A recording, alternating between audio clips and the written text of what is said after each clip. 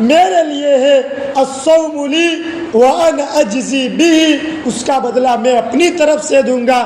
جب اللہ تعالیٰ اس کا بدلہ دیں گے تو ہمیں اس سے بڑھ کر اور کیا چاہیے۔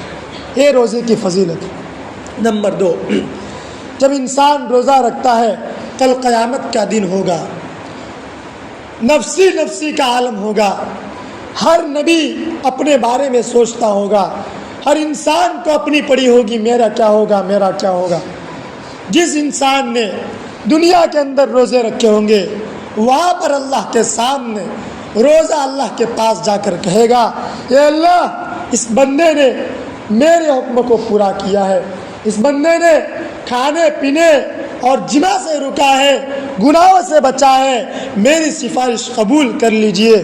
اللہ تعالیٰ اس روزے کی سفارش قبول فرمائیں گے اور اس بندے کو جس نے دنیا میں رمضان المبارک کے مہینے میں روزہ رکھا ہوگا، جنت اللہ تعالیٰ اس کو جنت میں داخلہ فرمائیں گے۔ یہ ہے روزے کی فضیلت۔ نمبر 3، جنت کے اندر ایک دروازہ ہے جس کو کہا جاتا ہے باب الریان۔ اس دروازے کے اندر سے صرف وہی لوگ داخل ہوں گے جو دنیا کے اندر روزہ رکھا کرتے تھے۔ یہ ہے تیسری فضیلت۔ بہت ساری فضیلتیں ہیں، سب سے بڑی فضیلت، سب سے بڑی اخلاص کی بات یہ ہے کہ انسان روزے کو چھوڑ کر جتنی عبادتیں ہیں اس کو انسان کوئی نہ کوئی دیکھ لیتا ہے۔ نماز میں انسان کو کیا ہوتا ہے، انسان بیٹھتا ہے، نماز پڑھتا ہے، دوسرے لوگ دیکھتے ہیں، زکوٰۃ دیتا ہے، کسی نہ کسی انسان کو پتہ چل جاتا ہے، لمبی ٹائم تک نہیں رہتا ہے، نماز پڑھتا ہے، زیادہ سے زیادہ آدھا گھنٹے میں اس کی نماز ختم ہو جائے گی، زکوٰۃ ادا کرے گا، سال میں ایک ہی مرتبہ اس کی کہ وقت آئے گا جب بیت اللہ میں حج کرنے کے لیے جائے گا، وہ پوری سال میں، پوری عمر میں، پوری زندگی میں ایک مرتبہ اس پر حج فرض ہوگا۔ لیکن رمضان المبارک کا مہینہ ایسا ہے کہ پورا مہینہ لگاتار اللہ کی طرف سے انسان روزہ رکھتا ہے۔ جب سحری افطاری کرتا ہے اس کے بعد جب وہ انسان روزہ رکھتا ہے، اگر اس کے دل میں آتا ہے میں پانی پیوں، روزہ رکھا ہے میں پانی پیوں گا، اللہ تعالیٰ مجھے دیکھ رہا ہے، بندہ اللہ کے درمیان کوئی انسان اس کو دیکھ نہیں رہا کہ اس نے روزہ رکھا ہے یا نہیں رکھا، اگر چھپکے سے اس نے پانی بھی پی لیا ہم اس کو روزہ دار سمجھتے ہیں۔ یہ ہے روزے کی فضیلت۔ اور اسی لیے کعب بن عجرہ رضی اللہ تعالیٰ عنہ فرماتے ہیں کہ ایک مرتبہ اللہ کے نبی صلی اللہ علیہ وسلم نے ہم سے کہا، میرے صحابہ ممبر کے قریب آ جاؤ۔ صحابہ کرام ممبر کے قریب آ گئے۔ اللہ کے نبی صلی اللہ علیہ وسلم نے ایک درجے پر اپنا پیر رکھا، فرمایا آمین۔ دوسرے درجے پر اپنا پیر رکھا، فرمایا آمین۔ تیسرے درجے پر اپنا قدم مبارک رکھا، فرمایا آمین۔ جب اللہ کے نبی صلی اللہ علیہ وسلم خطبہ دے کر نیچے اترے، صحابہ نے عرض کیا، اے اللہ کے نبی، آج ہم نے آپ سے عجیب بات سنی ہے، آپ نے 3 مرتبہ آمین کہا، کیا بات ہے؟ ذرا غور سے سنو۔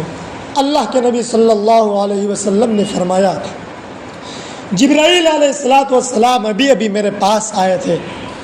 جبرائیل علیہ السلام نے فرمایا، ہلاک ہو وہ شخص جو رمضان المبارک کا مہینہ پائے اور اللہ سے اپنی مغفرت نہ فرمائے۔ اللہ کے نبی نے فرمایا آمین۔ بد دعا دینے والا کون؟ فرشتوں کا سردار حضرت جبرائیل علیہ السلام۔ آمین کہنے والا کون؟ سرور کائنات۔ کتنی قربانیاں اللہ کے دین کے خاطر، اپنے پیشانی سے سروں کو خون کے قطرے نکالنے والا وہ نبی، ہر وقت امت کے پیچھے پڑنے والا آمین کہہ رہا ہے، بد دعا حضرت جبرائیل دے رہے ہیں۔ میرے بھائیو، اللہ کے جبرائیل علیہ السلام نے کہا، برباد ہو وہ شخص جس نے رمضان المبارک کا مہینہ پایا، اللہ سے اپنی مغفرت نہ فرمائی۔ اللہ کے نبی نے ان کی بد دعا پر کہا آمین۔ ذرا غور کرو، مظلوم کی بد دعا کو کسی انسان نے کسی کو ستایا بغیر قصور کے، اگر اس نے اتنا اپنے دل میں کہہ دیا وہ تو گیا کام سے، اللہ کے پاس اس کی بد دعا جائے گی۔ اللہ اور مظلوم اور اللہ کے درمیان کوئی پردہ نہیں ہوتا ہے۔ مظلوم کی بد دعا اللہ تعالیٰ فوراً سنتے ہیں، وہ تباہ و برباد ہو جائے گا۔ یہ بد دعا دینے والے حضرت جبرائیل ہے، آمین کہنے والے اللہ کے نبی صلی اللہ علیہ وسلم۔ نمبر 2، اس کو ہماری زندگی میں بٹھانے کی ضرورت ہے۔ حضرت جبرائیل علیہ السلام نے کہا برباد ہو وہ شخص جس کے سامنے میرے نبی صلی اللہ علیہ وسلم کا نام آئے اور وہ درود نہ بھیجے۔ اللہ کے نبی نے فرمایا آمین۔ یہ بد دعا، دوسری بد دعا، اگر ہم جب درود شریف کا نام آتا ہے، اللہ کے نبی کا نام آتا ہے، اللہ کے نبی نے ہمارا کیا بگاڑا ہے، اللہ کے نبی نے ہمارا کیا بگاڑا ہے۔ قبر میں دنیا سے جانے کے بعد اللہ کے نبی مدینہ المنورہ میں قبر میں سوئے ہوئے ہیں، ہم اللہ کے نبی کو تکلیف دے رہے ہیں۔ میرے بھائیوں، اللہ کے نبی قبر میں زندہ ہے۔ جو انسان، جو امتی اللہ کے نبی کے طریقوں کو توڑتا ہے، اللہ کے نبی کو قبر میں تکلیف ہوتی ہے۔ میرے بھائیوں، قبر میں تکلیف ہوتی ہے، اسی لیے سید انظر شاہ قاسمی فرماتے ہیں، وہ سید ہے، اللہ کے نبی کے خاندان میں سے ہے۔ میرا نبی دنیا کے اندر تھا، مکہ والوں نے پریشان کیا، دشمنوں نے پریشان کیا، دشمنان اسلام نے پریشان کیا، ان کے بدن سے خون نکالا۔ تمہیں کیا ہو گیا ہے؟ تمہیں کیا ہو گیا ہے؟ میرے نبی کی امتی ہو کر میرے نبی کو تکلیف دیتے ہو۔ اگر تمہیں تکلیف دینی ہے آ جاؤ میرے پاس، میرے بدن کے ٹکڑے ٹکڑے کر دو، مجھے یہ برداشت ہے، لیکن میرے نبی کو تکلیف نہ پہنچاؤ۔ وہ نبی دنیا میں بہت مار کھا کر گیا ہے، وہ نبی دنیا میں بہت سے لوگوں کی تکلیفیں برداشت کر کے گیا ہے۔ میرے بھائیوں، دنیا سے جانے کے بعد اللہ کے نبی کی قبر میں ہمارا کیا بگاڑا ہے؟ اللہ کے نبی نے ہمارا کیا بگاڑا ہے؟ ہم دنیا سے جانے کے بعد اللہ کے نبی کو قبر میں تکلیف دے رہے ہیں۔ میرے بھائیوں، قیامت کا منظر ہوگا، اللہ کے نبی سامنے ہوں گے، کیا جواب دوں گا؟ ہمارے سامنے ہزاروں مرتبہ اللہ کے نبی کا نام آتا ہے، ہم نے کیا درود شریف پڑھا؟ اگر ہم نے درود شریف نہیں پڑھا، اللہ کے نبی کی دعا بد دعا پر حضرت جبرائیل کی بد دعا میں ہم شامل ہو گئے۔ اسی لیے ضرورت ہے اللہ کے نبی پر درود شریف پڑھنے کی۔ نمبر 3، حضرت جبرائیل علیہ السلام نے فرمایا جس نے سامنے والدین، ماں باپ یا دونوں میں سے کوئی اس کے سامنے ہو اور وہ بچہ اپنے آپ کو جنت کا مستحق نہ بنائے، اللہ کے نبی نے فرمایا آمین۔ تیسری دعا بد دعا، ہلاک ہو وہ شخص جس کے زندگی کے سامنے، جس بیٹے کے سامنے، جس باپ کے سامنے اس کے باپ یا ماں یا دونوں میں سے کوئی نہ کوئی ہو اور اس نے اپنی جنت کا مستحق ان کے ذریعے نہ بنایا۔ جبرائیل اللہ کے نبی نے فرمایا آمین۔ ماں باپ کو تکلیف دے کر کبھی اللہ کی محبت نہیں مل سکتی۔ تو رمضان المبارک کے مہینے میں اللہ کے نبی نے پہلی بد دعا پر کہا آمین۔ جس نے رمضان المبارک کا مہینہ پایا، اپنی مغفرت نہ کرمائی، فرمایا اللہ کے نبی نے آمین۔ اس سے معلوم ہوتا ہے کہ کیا سخت اللہ کی طرف سے وعیدیں ہیں۔ رمضان المبارک کا روزہ نہ رکھنے پر وعید۔ فضیلت پہلے سن لیں۔ نمبر 4، من صام ایمانا و احتسابا غفر له ما تقدم من ذنبه۔ جس انسان نے ایمان اور احتساب کی حالت میں روزہ رکھا، اس کے پچھلے تمام گناہ معاف کر دیے جائیں گے۔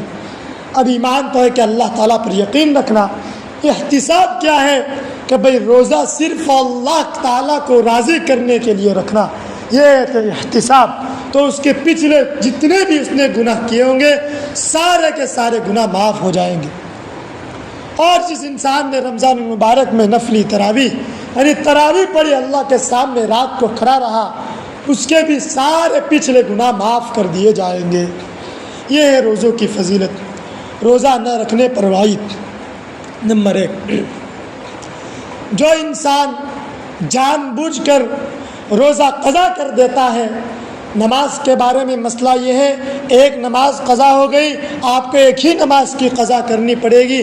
جس انسان نے جان بوجھ کر روزہ نہیں رکھا، اس کی بہت بڑی سخت وعید ہے۔ اور جس انسان نے جان بوجھ کر روزہ توڑ دیا، قرآن میں آتا ہے کہ 3 چیزیں اس کو کفارے میں دینی پڑے گی۔ نمبر 1، غلام آزاد کرنا پڑے گا، آج کے زمانے میں غلام کا دور نہیں ہے۔ نمبر 2، 2 مہینے مسلسل روزے رکھنے پڑیں گے. 60 دن ایک روزہ قضا کر لیا، 60 دن مسلسل لگاتار روزے رکھنے پڑیں گے. آپ نے 40 دن روزے رکھے، آپ بیمار ہو گئے، ایک دن روزہ چھوٹ گیا، نہیں چلے گا، پھر سے 2 مہینے کرو.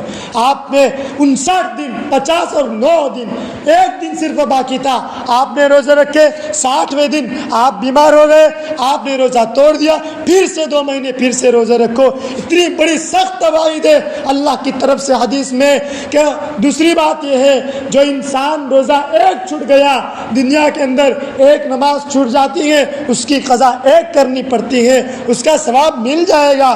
لیکن جس انسان نے روزے کو توڑ دیا یا جان بوجھ کر روزہ نہیں رکھا، پوری زندگی، ابھی تو کفارہ تو 2 مہینے ہے، لیکن اگر پوری زندگی روزے رکھے گا پھر بھی اس کا ثواب رمضان المبارک کے ایک روزے کے برابر نہیں ہو سکتا.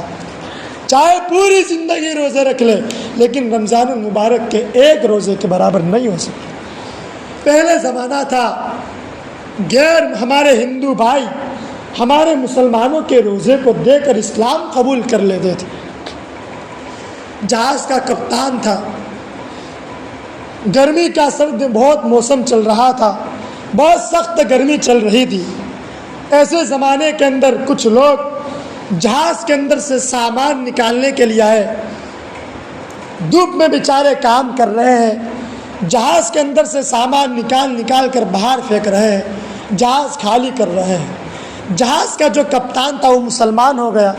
کسی نے اس کو پوچھا تیرے مسلمان ہونے کی وجہ کیا ہے؟ جہاز کے کپتان نے پورا واقعہ بتایا. ایک دن میرے جہاز کے اندر اتنا مال تھا اور لوگ سامان باہر نکالنے کے لیے آئے تھے. جب وہ سامان نکال رہے تھے، سخت گرمی کا زمانہ تھا، ان کے بدن سے پسینہ بہہ رہا تھا. ان کے پسینے کو دیکھ کر مجھے بہت رحم آیا. میں نے ان میں سے ایک بوڑھے میاں تھے جن کی عمر بہت ہو چکی تھی، ان کو میں نے کہا کہ بوڑھے میاں، آپ کو مجھے دیکھ کر بہت رحم آتا ہے، یہ گرمی کا زمانہ ہے، آپ کے بدن پر پسینے نکل رہے ہیں، آپ اگر اس حالت میں ایک ٹھنڈے پانی کا گلاس ایک گلاس جوس کا پی لو گے، آپ کو کون کہے گا؟ اس نے کہا، پھر سے کپتان نے کہا چلو اگر یہاں نہیں، اپنی آفس میں اس کو بلایا. اپنی آفس میں بلا کر کہا یہ آفس کے چاروں طرف سے دروازے بند ہیں، دیواریں ہیں، یہاں کوئی نہیں دیکھ رہا ہے.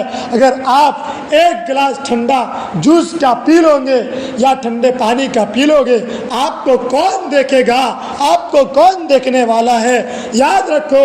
اس مسلمان نے جواب دیا، میں مسلمان ہوں، میں نے روزہ رکھا ہے، کوئی نہیں دیکھ رہا ہے، میرا اللہ تو مجھے دیکھ رہا ہے. اس کا یہ جملہ سننا تھا، جہاز کا کپتان مسلمان ہو گیا.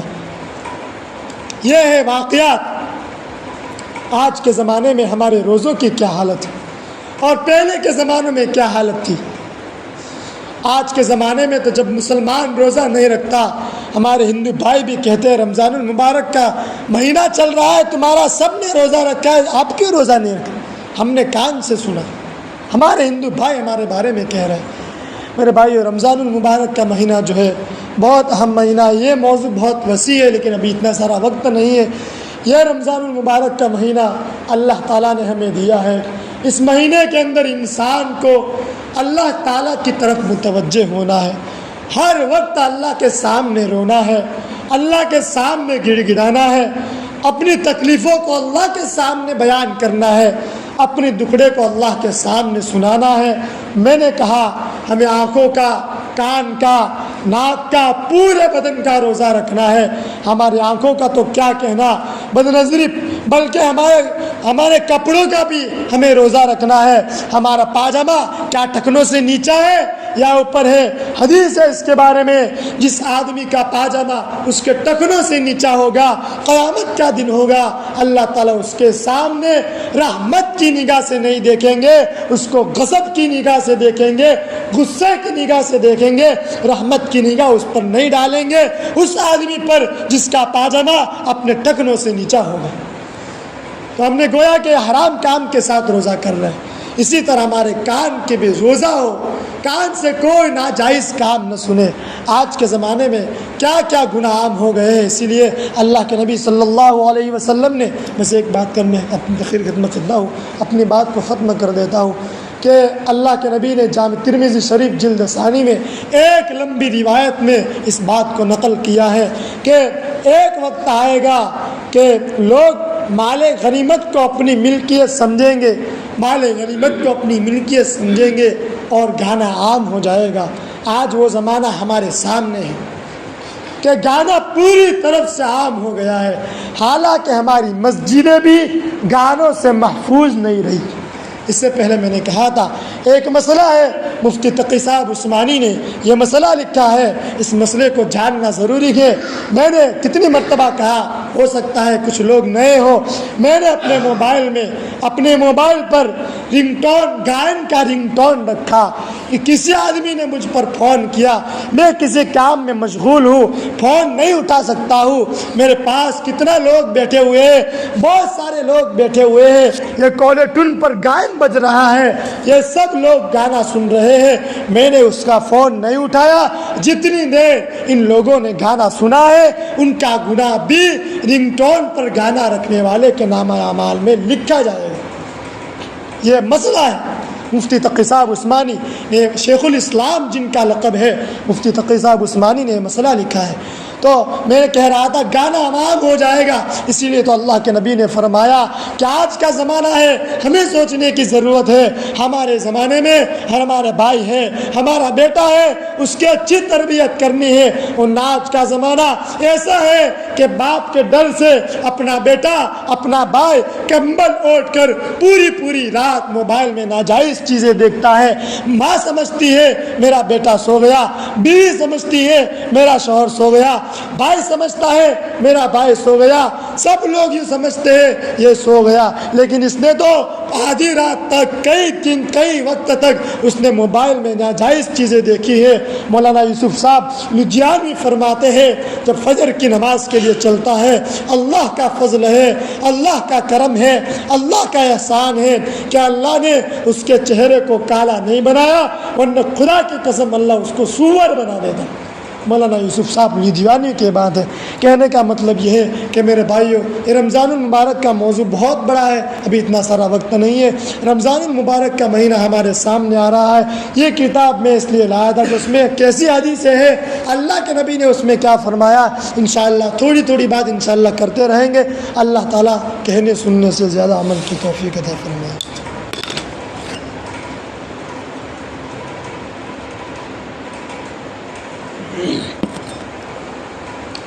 بسم اللہ الرحمن الرحیم، الحمد للہ رب العالمین، الرحمن الرحیم، مالک یوم الدین، اللہم صل علی محمد وعلی آل محمد وبارک وسلم۔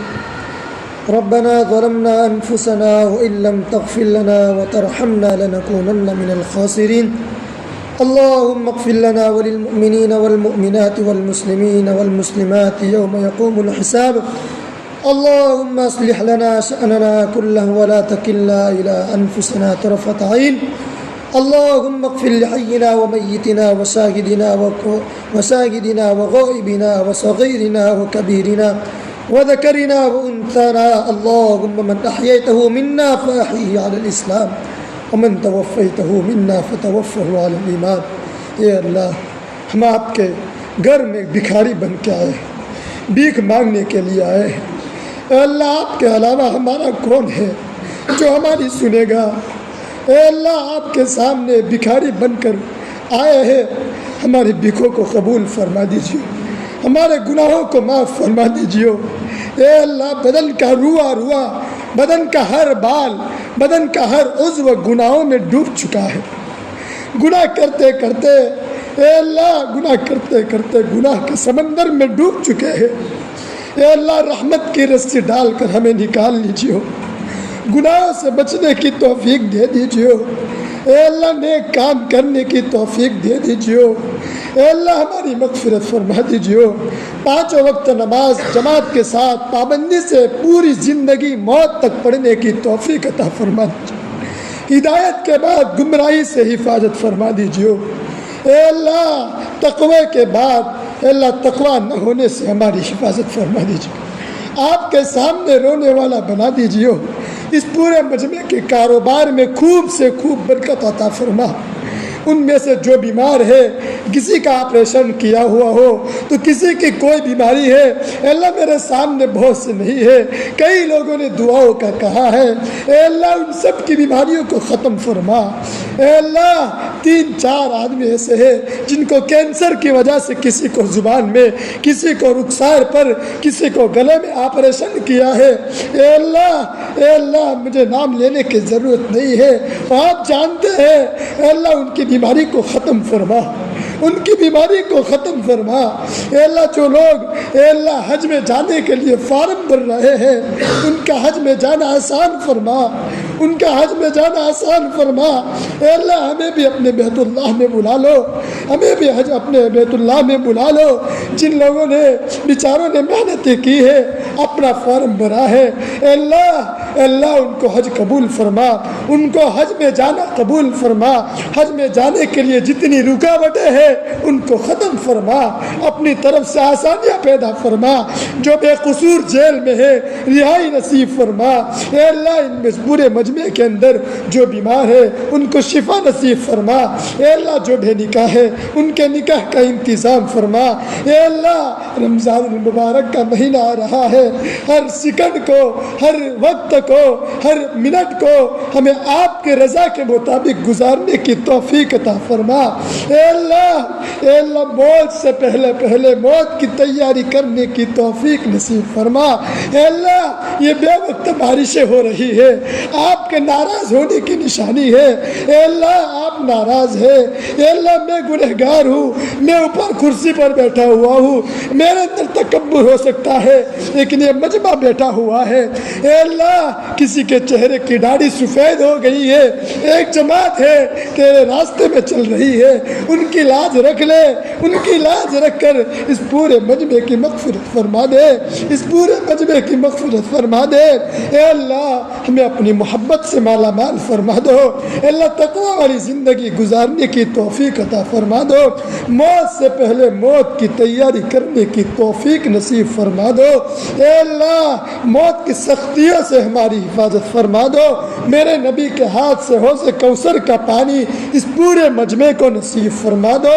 اے اللہ جہنم کے عذاب سے ہماری حفاظت فرما دو، قبر کی سختیوں سے ہماری حفاظت فرما دو۔ اے اللہ ہمارے پاس وقت نہیں ہے، بہت کچھ مانگنا ہے لیکن وقت ساتھ نہیں دے رہا ہے۔